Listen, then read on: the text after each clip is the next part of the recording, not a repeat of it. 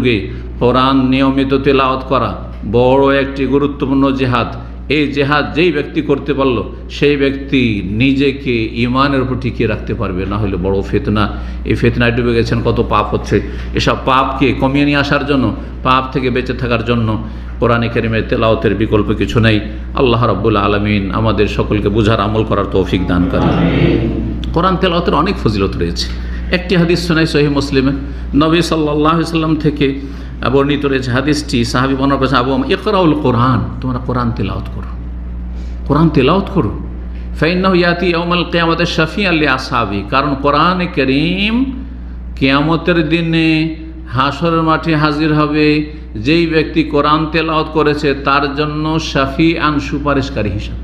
কোরআন কথা বলবে, কোরআন সুপারিশ করবে, এই কথাটি স্পষ্ট রয়েছে। কোরআন যে কথা বলবে এই কথা স্পষ্ট রয়েছে কোন হাদিসে? মুসনাদ আহমদের হাদিসে, তাবরানীতে, মুস্তাদরাক হাকিমে এবং আল্লামা আলবানী রাহিমাহুল্লাহ জামিয়ান হাদিসটিকে সহিহ বলেছেন যে হাশরের মাঠে আসসিয়াম ওয়াল কোরআন ইয়াশফাআন লিল আবদি ইয়াউমাল কিয়ামা, কিয়ামতের দিন সুপারিশ হবে।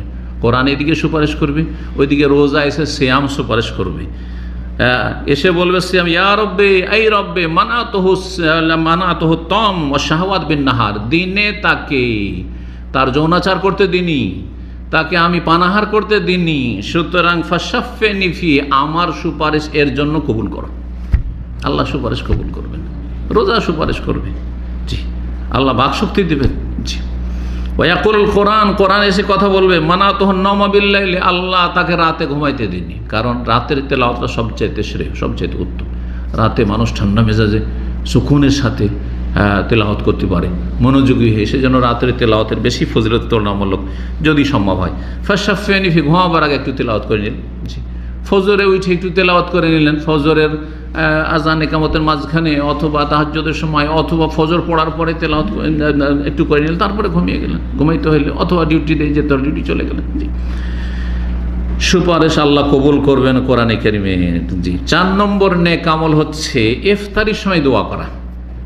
ইফতারির সময় দোয়া করা, ইফতারির সময় দোয়া করা, এই কথাটির হাদিস, এই মর্মে যে হাদিস জয়ীফ, কিন্তু সিয়াম অবস্থায় দিনের যে কোনো সময় দোয়ার যে হাদিসটি রয়েছে এই হাদিসটি কিন্তু সহিহ, এই হাদিস সহিহ।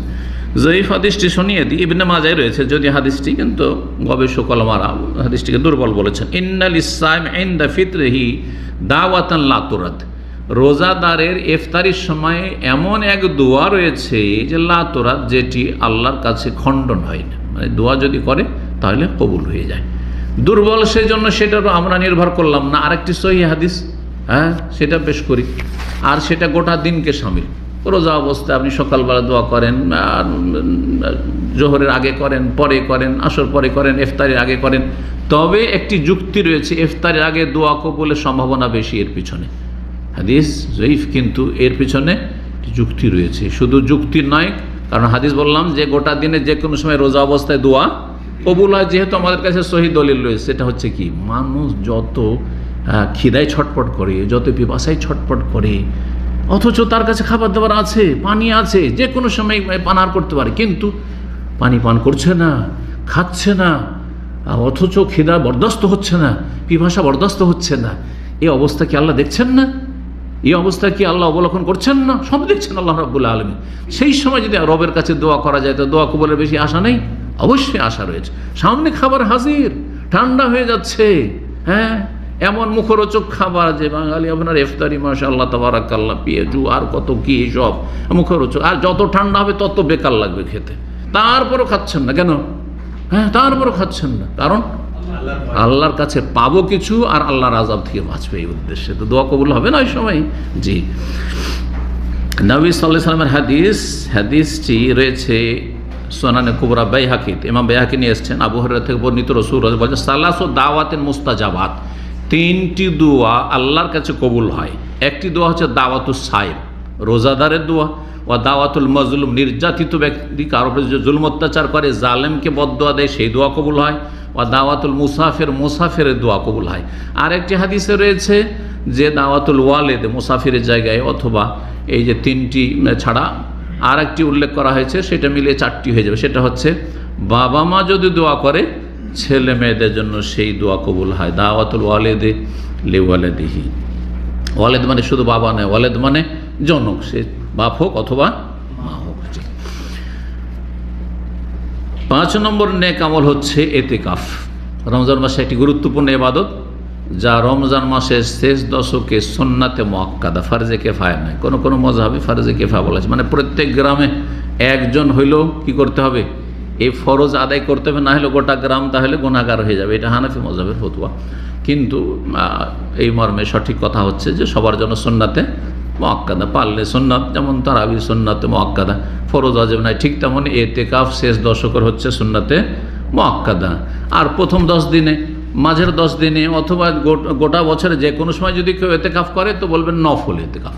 এটি তখন সুন্নাত বলবেন না, কি বলবেন, নফল এতেকাফ। কিন্তু শেষ দশকে নবী সাল্লাল্লাহু আলাইহি ওয়াসাল্লাম যতদিন থেকেছেন, রমজানের সিয়ামের বিধান নাযিল হওয়ার পরে দ্বিতীয় হিজরি থেকে 9 বছর এই এতেকাফ করেছেন।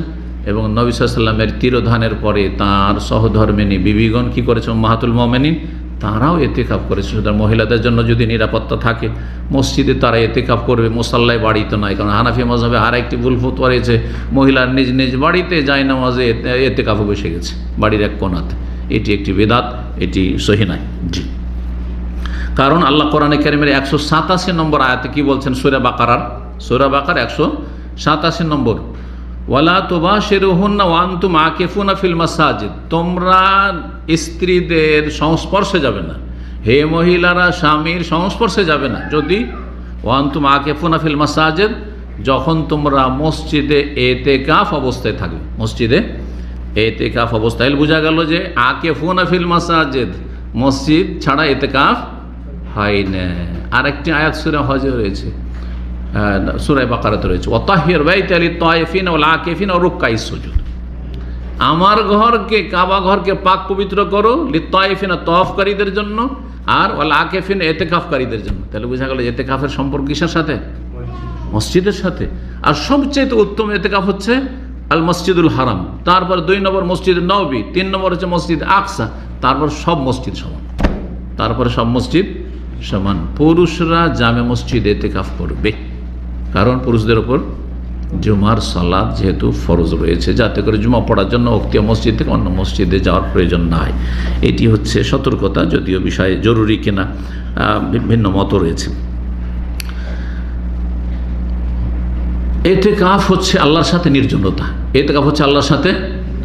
সারা বছর কিন্তু আমরা আল্লাহর সাথে নির্জনতা অবলম্বন করার ওই রকম চান্স পাই না। প্রায় সময় লোকজন আছে, মসজিদে থাকলে লোকজন আছে, বাড়িতে থাকলেও ধরেন স্ত্রী আছে কাছে, অথবা ছেলে মেয়েরা আছে আশেপাশে, মানুষের সাথে মেলামেশা বেশি করে। আল্লাহর সাথে সম্পর্ক যত বেশি মানুষের সাথে মেলামেশা করবে তত বেশি সম্পর্ক কমে আসবে। জি, এই জন্য সেটা একটা লিমিটের মধ্যে থাকতে হবে। মানুষের সাথে উঠা বসা প্রয়োজন মাফিক থাকতে হবে, বেশি আড্ডা দেওয়া না। যারা যত বেশি আড্ডা দিয়ে বেড়ায় অপ্রয়োজনীয়, তারা তত বেশি কিন্তু আল্লাহ থেকে দূরে, আল্লাহর জিকির আজকার থেকে গাফিল। তো এই যে সুযোগ গোটা বছর আমরা পাচ্ছি না, কমপক্ষে 10টি দিন ইসলামে আবার সংসার ত্যাগী হওয়া জায়েজ নয়। লা রহবানিয়াত ফি ইসলাম, ইসলামে বৈরাগ্যবাদ নাই যে সংসার ত্যাগ করে ওই ইহুদি খ্রিস্টানরা হিন্দুদের মতো সাধু সন্ন্যাসী হয়ে যাবো আর বন জঙ্গলে গিয়ে একেবারে দুনিয়ার সমস্ত মনের কামনা বাসনা সবকে একবারে কুরবানি করে দেব, ত্যাগ করে দেব না। ইসলাম এটা বৈধ করে না, তবে সীমিত সময়ের জন্য। সেটা হচ্ছে রমজান মাসের শেষ 10টি দিন সবচেয়ে ফজিলতের, শেষ 10টি রাত সবচেয়ে ফজিলতের। সুতরাং এই শেষ 10টি দিন রাত আল্লাহর সাথে নির্জনতা অবলম্বন করুন, আর নির্জনে চুপিসারে আল্লাহকে ডাকুন। আপনি 24 ঘন্টা ডাকবেন এটা জরুরি নয়, কিন্তু আল্লাহর সাথে আপনি নিজেকে সীমাবদ্ধ রেখেছেন। আল্লাহ 10টি দিন আমি আমার স্ত্রীকেও দিইনি, আমার ছেলে মেয়েকেও দিই না, আমি কোনো কাউকে দিই না, আমার ছাত্রদেরকেও না, আমার ওস্তাদকেও না, পৃথিবীর কারো সাথে আমার কোনো সংসর্গ না, একমাত্র তোমার ছাড়া। এটা হচ্ছে ইতিকাফের উদ্দেশ্য। এবং এর মাধ্যমে তাজকিয়া নাফস, আত্মার পরিশুদ্ধি হয়। আর রমজান মাসের একটি গুরুত্বপূর্ণ ইবাদত হচ্ছে আত্মার পরিশুদ্ধি। আত্মার পরিশুদ্ধির জন্য সিয়াম গুরুত্বপূর্ণ। আত্মার পরিশুদ্ধির জন্য যেমন লম্বা তারাবি পড়া বা তাহাজ্জুদ পড়া গুরুত্বপূর্ণ, আত্মাকে পাক পবিত্র করার জন্য ইতিকাফ অত্যন্ত গুরুত্বপূর্ণ। এই যে 10টি দিন একমাত্র আল্লাহর সাথে সম্পর্ক, একমাত্র আল্লাহর সাথে সম্পর্ক। কতবার আল্লাহকে ডাকছেন, আর এমনি শুয়ে শুয়েও যতক্ষণ জেগে আছেন আল্লাহর জিকির আজকার করছেন। কারণ কোনো মানুষ নেই, কোনো মানুষের সাথে কথাবার্তা বলা বলি নেই, শুধু রবের সাথে আপনি কথা বলছেন। জি, আল্লাহ রাব্বুল আলামিন যাদেরকে সুযোগ দিয়েছেন তারা যেন সচেষ্ট হয়। আল্লাহ আমাদের সকলকে তৌফিক দান করেন। 6 নম্বর গুরুত্বপূর্ণ ইবাদত, গোটা বছরে সাদকা করবেন, কিন্তু খুব বেশি বেশি সাদকা করা। রমজান মাসে বেশি বেশি সাদকা করবেন। ধর রমজান ছাড়া 11 মাসে মাসিক ধরেন আপনি 100 রিয়াল খরচ করছিলেন উদাহরণস্বরূপ, তাই রমজান মাসে আপনি ওর চাইতে অনেক বেশি খরচ করবেন, অনেক বেশি খরচ করার চেষ্টা করবেন।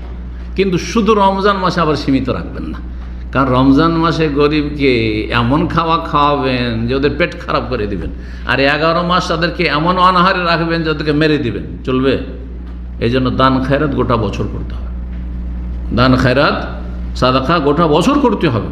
ইসলামের খেদমতে গোটা বছর ব্যয় করার প্রয়োজন রয়েছে, কিন্তু বিশেষভাবে রমজান মাসে আরও বেশি। এটি হচ্ছে নবী সাল্লাল্লাহু আলাইহি ওয়াসাল্লামের সুন্নত। এই মর্মে আব্দুল্লাহ বিন আব্বাস রাদিয়াল্লাহু তাআলা আনহুমা থেকে বর্ণিত হাদিস রয়েছে, কানান নবী সাল্লাল্লাহু আলাইহি ওয়াসাল্লাম আজওয়াদান নাস, নবী সাল্লাল্লাহু আলাইহি ওয়াসাল্লাম সমস্ত মানুষের মধ্যে সবচাইতে বেশি দানশীল ছিলেন। আজওয়াদান নাস, আদম থেকে শুরু করে কিয়ামত পর্যন্ত যত মানুষ এসেছে আর আসবে সমস্ত মানুষের মধ্যে সবচাইতে বেশি কি ছিলেন? দানশীল ছিলেন। ওয়াকান আজওয়াদা মা ইয়াকুনু ফি রমাদান, আর রমজান মাস আসলে সবচাইতে বেশি কি হয়ে যেতেন? দানশীল, আরও বেশি দানশীল হয়ে যেতেন। হিনা ইয়ালকাহু জিবরিল, যখন জিবরাইল আলাইহিস সালাম তার সাথে সাক্ষাৎ করতেন, জিবরাইল আলাইহিস সালাম রাত্রে চলে আসতেন। সবাই মসজিদ থেকে এসা পড়ে গেল, তখন তো জামাতে তারাবি হইতো না, তো তারা সবাই গেল, আর তারপরে নবী সাল্লাল্লাহু আলাইহি ওয়াসাল্লামের কাছে জিবরাইল আলাইহিস সালাম এসে হাজির। আর এতদিন পর্যন্ত যত কোরআন নাযিল হয়েছে সব রিভাইজেশন চলছে, দৌড় মোরাজা চলছে, রিভাইজ শোনাচ্ছেন কাকে? যিনি স্বয়ং আল্লাহর কাছ থেকে ওহী নিয়ে এসেছেন তাকে শোনাচ্ছেন। শোনাচ্ছেন কে? যার কাছে প্রথম আল কোরআনুল কারীম নাযিল হয়েছে। শেষ বছরে 2 বার করে শুনিয়েছেন, আর আদাহুল কোরআন মাররাতেন, 2 খতম দিয়ে শুনিয়েছেন জিবরাইল আলাইহিস সালামকে রাসূলুল্লাহ সাল্লাল্লাহু আলাইহি ওয়াসাল্লাম ইন্তেকালের আগের বছর রমজান মাসে। ওয়াকানা জিবরিল আলাইহিস সালাম ইয়ালকাহু ফি কুল্লি লাইলা, রমজান মাসে ফি রমাদান কুল্লা লাইলা, প্রত্যেক রাতে রমজানে জিবরাইল আলাইহিস সালাম নেমে আসতেন নবী সাল্লাল্লাহু আলাইহি ওয়াসাল্লাম কাছে, হাত্তা ইয়ানসালিখা, রমজান শেষ হওয়া পর্যন্ত। ইয়ারেজু আলাইহিন নবী সাল্লাল্লাহু আলাইহি ওয়াসাল্লাম, কোরআন পেশ করতেন নবী সাল্লাল্লাহু তার কাছে। ফাইজা লাকিয়াহু জিবরিল, জিবরিল আলাইহিস সালাম যখন তার সাথে সাক্ষাৎ করতেন, কানা আজওয়াদা বিল খাইরি মিনার রিহিল মুরসালা, দ্রুত বেগী ঝড়ো হাওয়ার চাইতে বেশি তিনি দানশীল হয়ে যেতেন। ঝড় যখন প্রচণ্ড বেগে ঝড় চলে, কত বেগে চলে, তার চাইতে বেশি দ্রুতগামী হয়ে যেতেন কিসে? দান খায়রাত করায়। কারণ দান খায়রাত করাতে অধিকাংশ মানুষ পিছিয়ে থাকে, যখন দেখে যে না সবাই দিচ্ছে রে, না দিলে লোকে কি বলবে। অধিকাংশ লোকের দানটা কিন্তু এইরকম, হ্যাঁ ও এত টাকা দিল তো আমাকে তো অন্তত মান সম্মান রক্ষা করতে হবে, সুতরাং ওর তো কাছাকাছি থাকতে হবে কমপক্ষে, না হলে ওর থেকে আগে বাড়ার চেষ্টা করতে, ও কেন আগে বেড়ে যাবে না, এইরকম যেন না হয়। এতে কিন্তু নেকি কমে যাচ্ছে অধিকাংশ মানুষের। রমজান মাস হচ্ছে তাহলে শাহরুস সাদাকাহ, বিশেষভাবে দানের মাস। 7 নম্বর নেক আমল হচ্ছে রমজান মাসে রোজাদারকে ইফতার করানো। রমজান মাস হচ্ছে রোজাদারকে ইফতার করানোর মাস। এই নেক আমলটি করবেন। আর ইফতার করানো শুধু গরিবদের জন্য নয়, ইফতার করানো যেমন গরিবকে সামিল তেমনই আমিরকে সামিল, সচ্ছল লোকদেরকে সামিল। ইফতার সকলের জন্য। ইফতারিতে জাকাত দেওয়া জায়েজ নাই, কারণ এই শুরু হয়ে গেছে। আমার কাছে কয়েকজন জিজ্ঞাসা করা অলরেডি হয়ে গেছে এই গত সপ্তাহের ভিতরে, যে শেখ আমার জাকাত দিয়ে কি ইফতার করানো যাবে? আরে ভাই, জাকাত দিয়ে ইফতার করবেন মানে মানুষের কাছে নাম কিনবেন আপনি যে আমি এত লোককে ইফতার করালাম, আর জাকাত দিয়ে? হারাম এটি। হ্যাঁ, জাকাত সচ্ছল ব্যক্তির জন্য খাওয়া হারাম, সচ্ছল ব্যক্তির জন্য খাওয়া হারাম। মিসকিন, যার অভাব রয়েছে, যে কোনো ক্ষেত্রে আংশিক অভাব রয়েছে, 25 দিনের খাবার জোটে 5 দিন জোটে না, 5 দিনের সমান জাকাত নিতে পারবেন, হ্যাঁ, কিন্তু তার বেশি নিতে পারবেন। খাওয়া দাওয়া চলে যাচ্ছে, চিকিৎসায় 1 লাখ টাকা লাগবে, একটা পয়সা নেই, হ্যাঁ 1 লাখ টাকা চিকিৎসা নিতে পারবে। এইভাবে যার যে প্রয়োজনটা রয়েছে সেই প্রয়োজনটা মেটার জন্য জাকাত নিতে পারবে, তাকে মিসকিন বলা হয়। আর যার খাবার দাবারই নাই একেবারে, সে হচ্ছে ফকির। এই জন্য আল্লাহ বলছে ইন্নামা সাদাকাতুল লিল ফুকারায়ে ওয়াল মাসাকিন, কিন্তু আমরা তো মোটা খাই, মোটা বুঝি আমাদের দেশের মানুষরা, ফকির মিসকিন মনে হচ্ছে দুটোই একই, না দুটো একই নয়। যার কিছুই নেই, খাবার দাবার ব্যবস্থা নেই মৌলিক, হ্যাঁ দিনে 3 বার খাবার লাগবে, হয়তো একবার কোন রকম আছে বা নেই, ফকির। সে ফকির মানে ভিক্ষুক না, কিন্তু আবার আমাদের সমাজে আর এক ভুল রয়েছে, ভিক্ষা করতে আসলে ফকির। আর এখানে অনেক আছে চাকরি নেই, বাকরি নেই, অনেক টাকা ঋণ হয়ে এসেছে, তার খাবারের পয়সা নেই, ওকে ফকিরই মনে করেন, আমাদের মতোই সে, তাই না? অথচ জানছে যে ওর ইনকাম নাই, কী করে খাবে এই লোকটি বিদেশে এসে, ফকির বা মিসকিন। জি, তো ইফতার করাবেন নিজের ক্যাশ দিয়ে আল্লাহর হস্তে, ইফতার যাকাত দিয়ে করানো হারাম। জি, ইফতারির ফজিলত শোনেন, রমজান মাসের এই গুরুত্ব ইবাদতে নবী সাল্লাল্লাহু আলাইহি ওয়াসাল্লাম হাদিস তিরমিজি ইবনে মাজায় রয়েছে, হাদিসটি সহিহ। রাসূলুল্লাহ বলছেন, মান ফাত্তারা সায়মান, যেই ব্যক্তি রোজাদারকে ইফতার করাবে, কানা লাহু মিসলু আজরিহি, রোজা যে রাখলো তার সমান সওয়াব হবে, গায়রা আন্নাহু লা ইয়ানকুসু মিন আজরি সায়মি শাই, কিন্তু রোজাদারের নেকি কমিয়ে দেওয়া হবে না। অর্থাৎ রোজাদার আপনার বাড়িতে ইফতার করলো, তখন রোজাদারের আল্লাহ নেকিটা কিছুটা নিয়ে আপনাকে দিলেন, এমনটা করবেন না। আল্লাহ তার খাস রহমত থেকে আপনি ইফতার করেছেন, আপনাকে দেবেন। রোজাদার গরিব হলেও তার পূর্ণ সব সে পাবে। এ হচ্ছে নবী সাল্লাল্লাহু আলাইহি ওয়াসাল্লামের হাদিস। আল্লাহ তৌফিক দান করেন। কিন্তু লোক দেখানো নিয়ত না থাকে, মহিলা পুরুষ বসে একাকার করে রোজা ইফতার একটি ফ্যাশন হয়েছে। হ্যাঁ, রাজনৈতিক দলের নেতা নেত্রীর একসাথে ইফতার, এগুলি নাজায়েজ, এগুলি ইসলামের ইফতার নয়। জি, বেনামাজি বেদিন বড় বড় নেতা মাথাদের হ্যাঁ ইফতার পার্টির দাওয়াত, আর গরিবদেরকে কেউ পুছে না, নিচেও বসার জন্য তাদের জায়গা নেই, এগুলি ইফতার পার্টি না। ইফতার আমির গরিব সবাইকে খাওয়াইতে হবে। আর রোজাদারকে ইফতার করাতে, বেরোজাদার ফাসেক ফাজের পাপিষ্ঠদের জন্য ইফতার পার্টি নয়।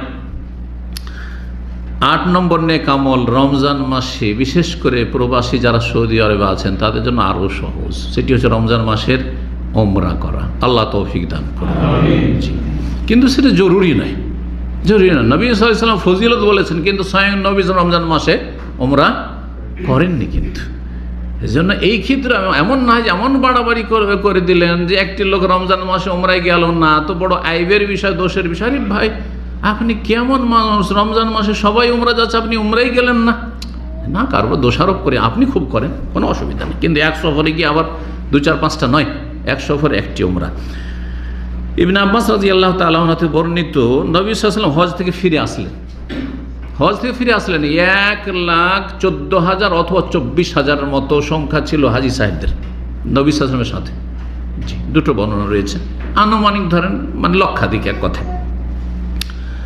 উম্মে সানান আনসারী একজন মহিলা ছিল, সেই ব্যক্তি হজে যেতে পারেননি। তো নবী সাল্লাল্লাহু আলাইহি ওয়াসাল্লাম দেখতে পেলেন তাকে, জিজ্ঞেস করে, মা মানাকে মিনাল হজ্জে, কি ব্যাপার, তুমি হজে যাওনি কেন?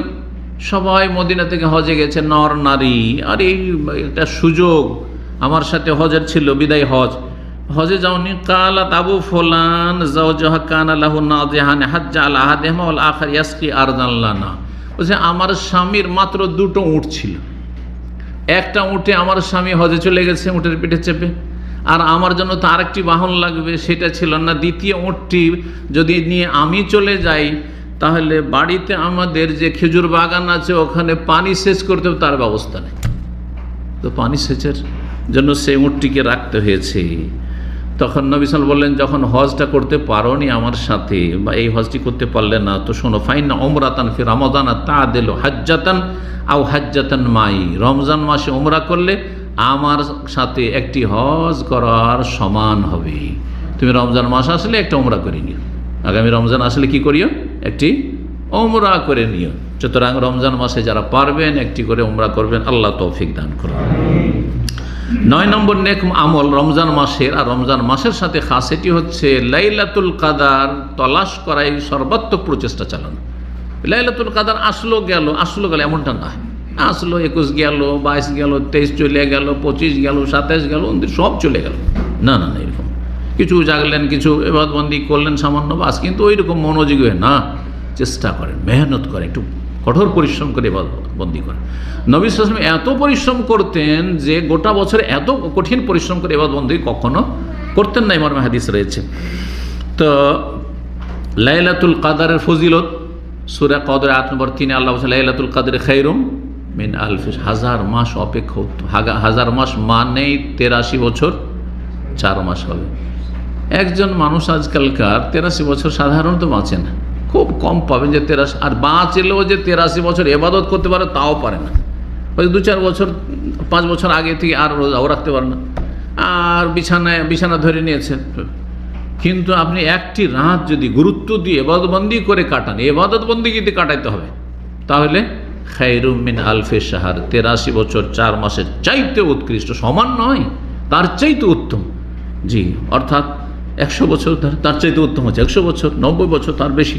জি, আল্লাহ তৌফিক দান করুন।